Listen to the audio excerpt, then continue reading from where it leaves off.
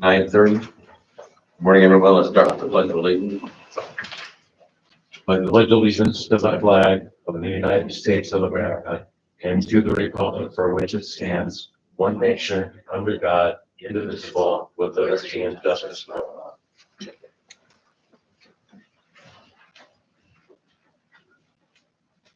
prayer today is, Heavenly Father, we remember that faith comes by hearing, and hearing by the word of God. So when discouragement comes, and you find that you have been walking by sight instead of by faith, head back to the scriptures. Let the promises of God build your faith back up to strength. Amen. I will report on the actions taken in the last week. For the Department on Aging, on January 24th, I approved an unpaid personal leave of absence for Bonnie Taya, Adult Day Service Assistant, for 8 hours, 1 day, on April 21st, 2025. This will extend her probationary period by 8 hours. For maintenance, I approved an unpaid medical leave of absence for Joan Staley, part-time general communications clerk, switchboard operator, for the period January 6, 2025 through February 28, 2025, for time not covered by accrued sick and vacation leave. I also approved or concurred with the Auburn Township trustees in not requesting a hearing on the liquor license being requested by Royal Sandwich King LLC, located at 9899 East Washington Street, Chagrin Falls, Ohio, CTRFO 7466240.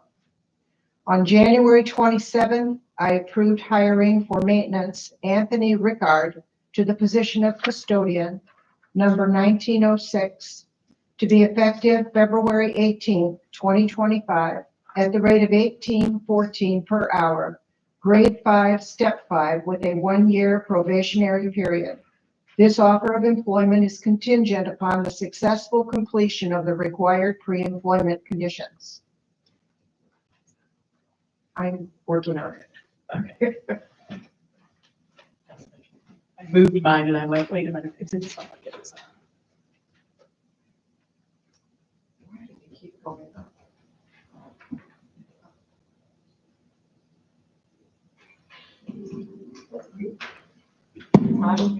Yeah.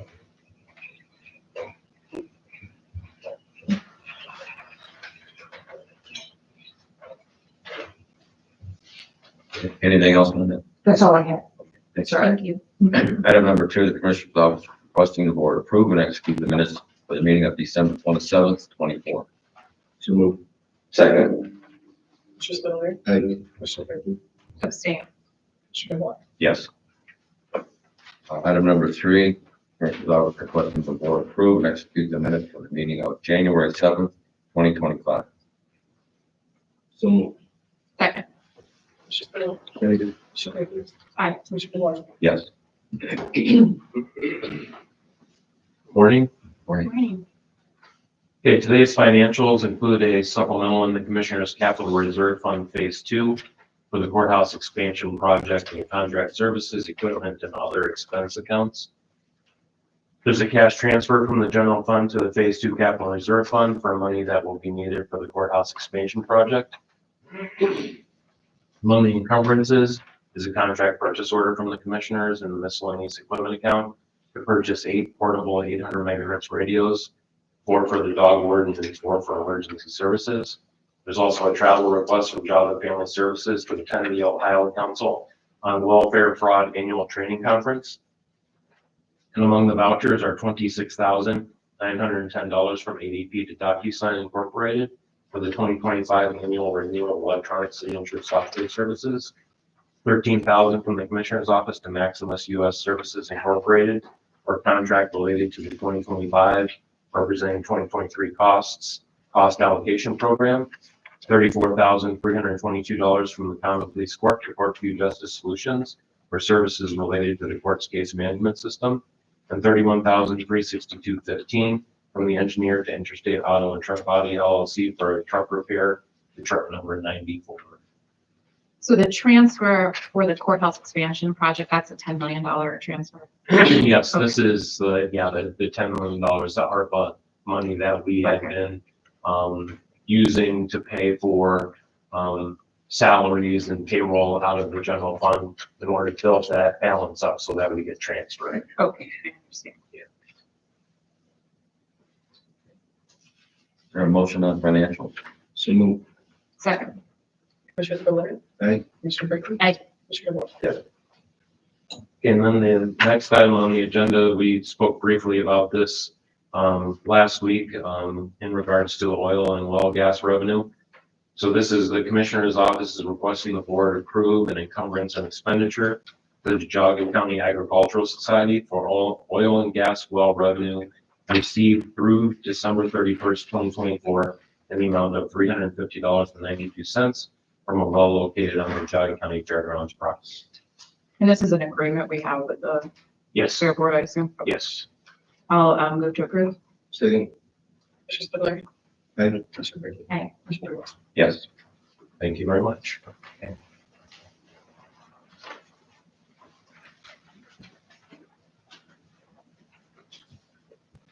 Morning. Morning. Since we're live, state your name and the department you're from. Sure. My name is Matt Surratt from the maintenance department. I have number 6 and 7 today. So the first one is the maintenance department is requesting the board approve and execute the contract agreement with Eversource One Incorporated for the 2025 through 2028 Hill HVAC maintenance services in a total amount of $151,154. So a question about this. So the sample contract that was in the board packet, that's not the one that's actually executed. Correct. Okay, that's what I assumed.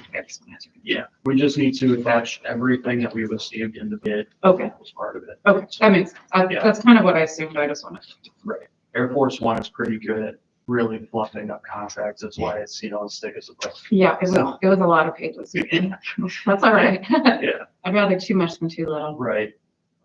And then number 7, we're requesting the board approve and execute the contract agreement with Major Waste Disposal Services Incorporated for the 2025 through 2028 non-hazardous waste removal services effective February 1st.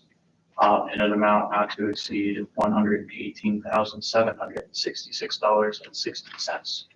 The bid bond submitted shall be held to serve as the performance bond for this project. For which one, 6 and 7 or? Correct. Awesome. Commissioner Spudler. Aye. Commissioner Brinkley. Aye. Commissioner Wolf. Yes. Thank you very much. And the public hearing is not 9:45 yet, so we'll go to soil and water, item 9. Oh, still 9, okay. Okay. So. Number 10. You have a copy of the proposed policy in front of you. That we discussed it last week. Nobody seemed to have any concerns about it. My thought was not to put this in our policy manual because it's not a personnel policy, but to post it here in this room. I can read it through for the sake of the public if you like. Yes. The Policy, only thing, I did notice one typo, which I think was just a result of redlining and then accepting red lines, which is there's a double period under number 2 speaker guidelines, the third bullet point. before I post it, I'll correct that. Yeah, and I think we should post it on the website as well. Okay.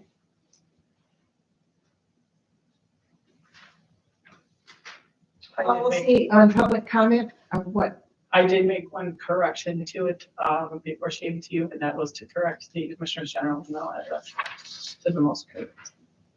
That was one thing that I changed, but I don't know if it was caught. Yeah, I probably screwed that up, so I appreciate it. I think ones that go to the old email come to the new email anyway. Okay. So, but yeah, we did correct that. The policy on public comment during Board of County Commissioners meetings will be effective today if the board approves it. The Board of County Commissioners values public input and is committed to orderly, productive meetings. This policy outlines the procedures for public comment to ensure that all voices are heard while maintaining meeting efficiency and focus.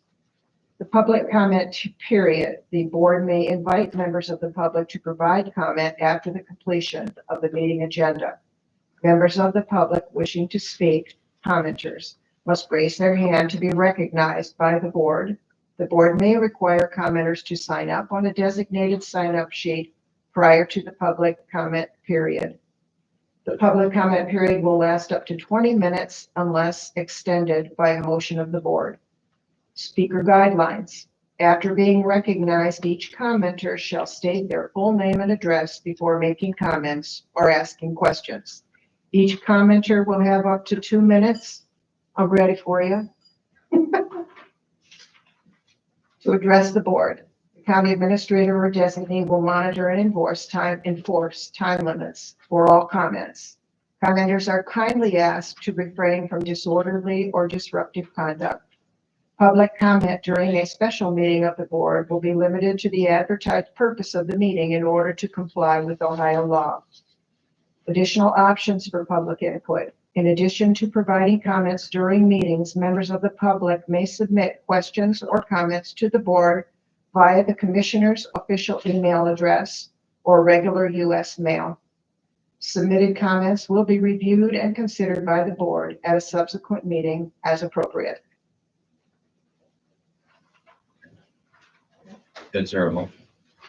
I'll move to approve. Second? Commissioner Spudler, Abstain. Commissioner Brinkley, Aye. Commissioner DeBoer. Yes.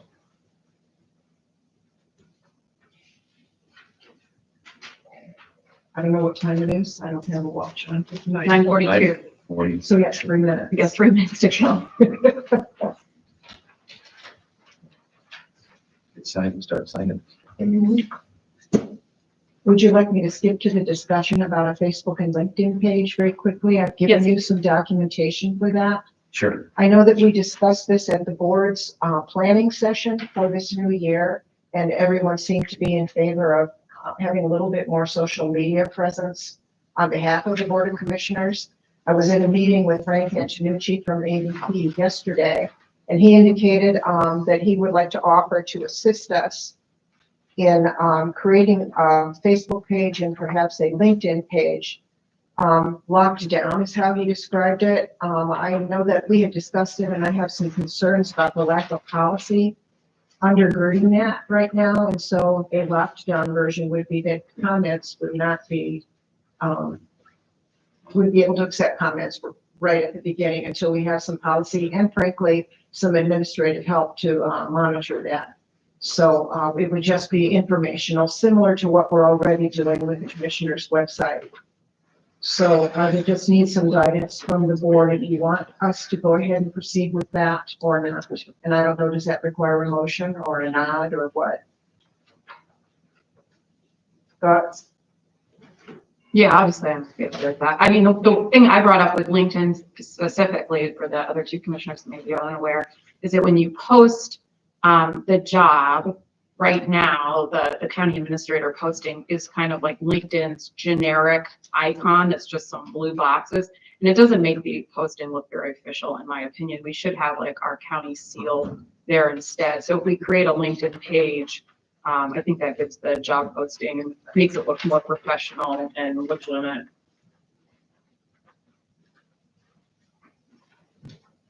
So do you want me to ask Frank to go ahead and work with us on this or? I would say yes, it's a step in the right direction. And again, there would not be comments turned on at this time until we have a better position for policy. Okay.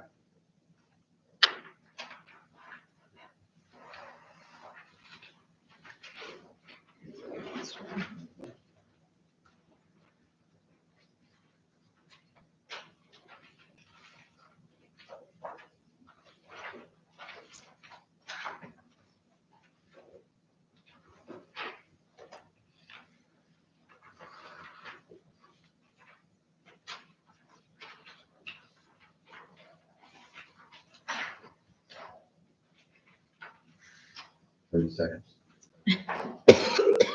So the, public hearing on the change is later for 9:45 this morning. It is just now 9:45. Is there a motion to waive the public hearing? So moved. Second. Commissioner Aye. Commissioner Brady. Hey. Commissioner Wood. Yes. Good morning. Good morning. Hi, I'm Lisa Berkheimer with Geauga Soil and Water, and I'm here to present, these are the changes that Carmel presented to us.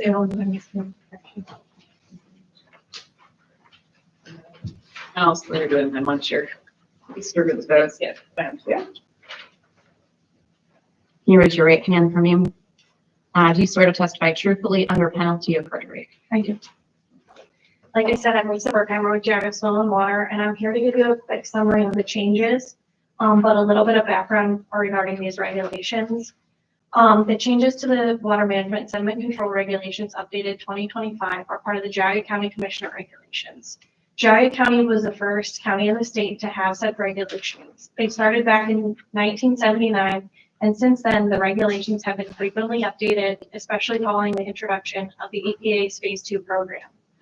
One of the key requirements that the program was that the counties must adopt regulations for stormwater management as well as erosion and sediment control.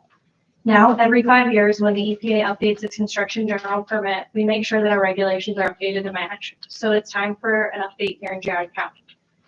An overview of the major changes. First, there was a simple change. The EPA decided to consolidate the word stormwater into one word instead of two. This seems like a minor change, but you'll see it throughout the red document. We also clarified the applicability categories. For example, we added a category for construction site less than 1 acre, but within a subdivision. Additionally, we clarified that there are multiple lots as part of a common plan of sale or development that they must require a full water management and sediment control plan to match the EPA permit requirements. We then included a catch-all provision. This ensures that the EPA updates their rules, but our regulations, or if our regulations are not updated in time, the latest version of the EPA construction general permit will apply and supersede our regulations. This gives us flexibility and ensures we're covered in case of timing discrepancies. There's also a new post-construction requirement for residential lots that disturb over 1 acre but less than 2 acres.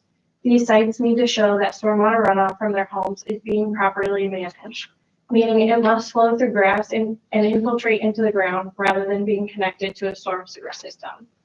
Next, we have updated the plan review and inspection fee structure. Residential fees have increased from $60 to $80. This adjustment is long overdue as the fees have not been changed in over 10 years. The new structure also takes into account the amount of disturbance on the property. More disturbance means more work on our end for reviews and inspections. We also added a standard of performance for the filter socks in case developers choose to use that instead of silt fence. One more important change involves the enforcement process. After issuing a notice of violation, we noticed that some sites still don't take the issue seriously.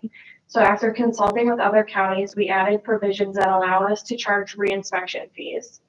If the site is issued a notice of violation and we need to perform a follow-up inspection, there will be a $100 fee for residential sites and a $250 fee for non-residential sites.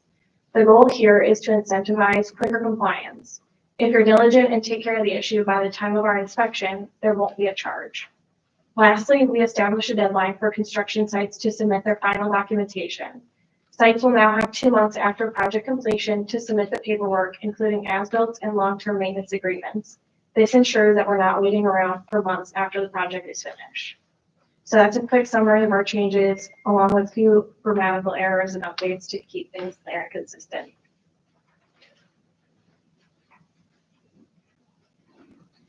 Do you have any questions from the board? Any questions from the public? Hi, Mary Exman, the voters. Will this be posted on the website? Yes, Okay. it will. Our regulations are posted on our Geauga Soil and Water website, and not necessarily the Board of. Great, thank you. I'll make an motion to approve 9.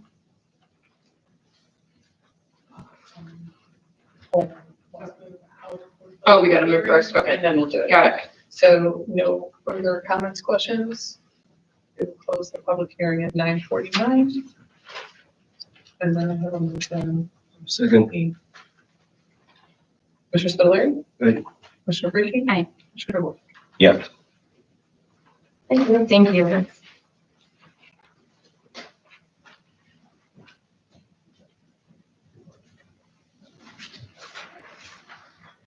Item number 11. Recommended adoption of possible board move an executive session for purposes of discussing the employment and compensation of a public employee. Geauga, Ohio Revised Code 121.22. Move. Second. Commissioner Spudler. Aye. Commissioner Brady. Aye. Commissioner Wolf. Kathy Hostetter.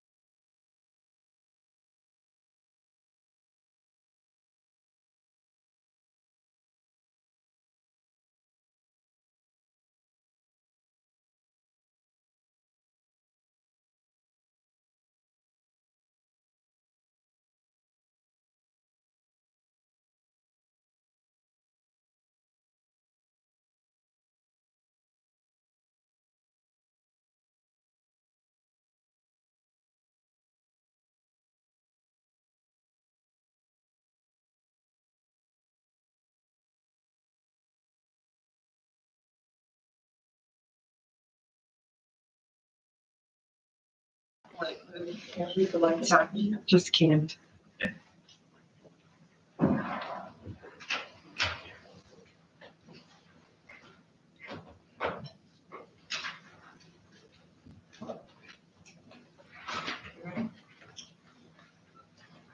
Okay, we're back in regular session and, no action.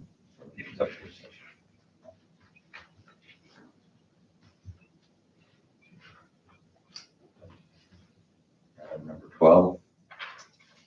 We did. Anything else on the, Nothing else. anything else? I will go into, public comment. Howard, South Russell Village. What's the county gonna do about the Portage County lawsuits been filed against the commissioners here? Well, that's, In the newspaper. yes, it's a pending litigation and, you'll get no comment because it's pending litigation. Jim Flays, I think is, When does it go to court?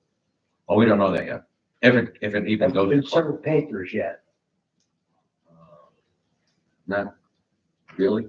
We haven't received anything out of the prosecutor's office. Has it been filed in the courts yet? And is it gonna be filed in Geauga County? Is it gonna be filed in Portage County down Rip?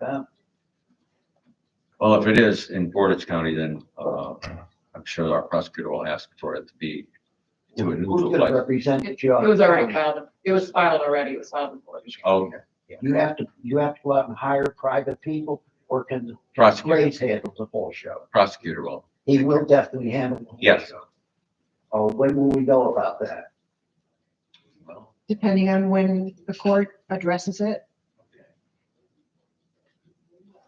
Thanks to the newspaper, we know about it. Thank you.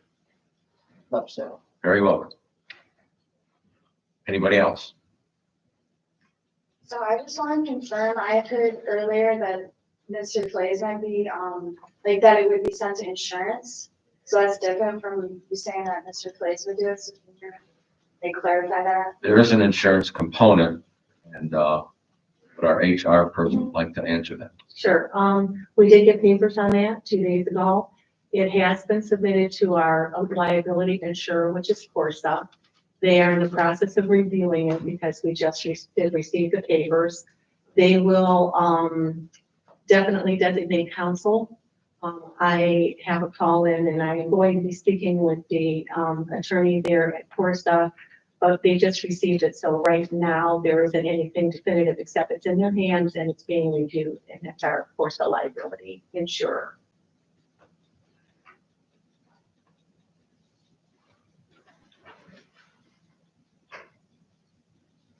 Is So there- when you said the prosecutor will take care of it, that's like. He'll represent us. He'll be representing us. So No, No? the insurance company will represent it. Also provide the representation. And Corsa will provide the law firm that will be representing us.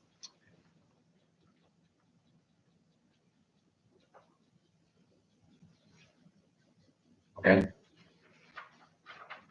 Very motion to adjourn. So moved. I'll second that. Back.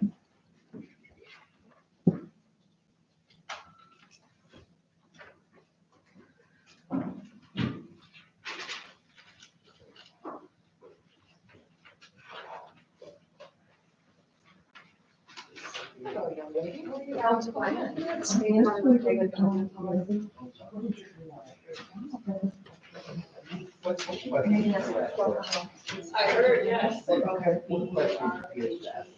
asked Maria to say that she had a comment on the wage. I was gonna ask him that too, so. Yeah.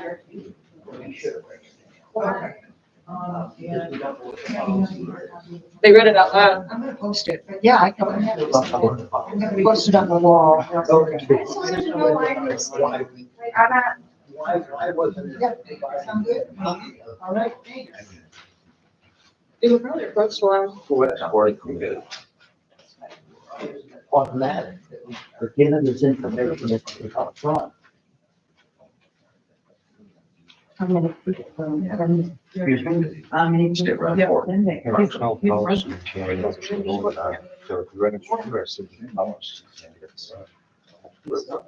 Good,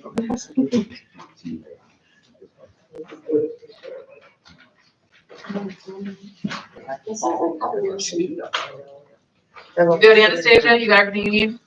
I did. Okay, Mary, you're good? Yep. All right, you're good. Joneses? Yeah, I think we're Okay. ready. Yeah. Good to see you guys. Thank you for coming.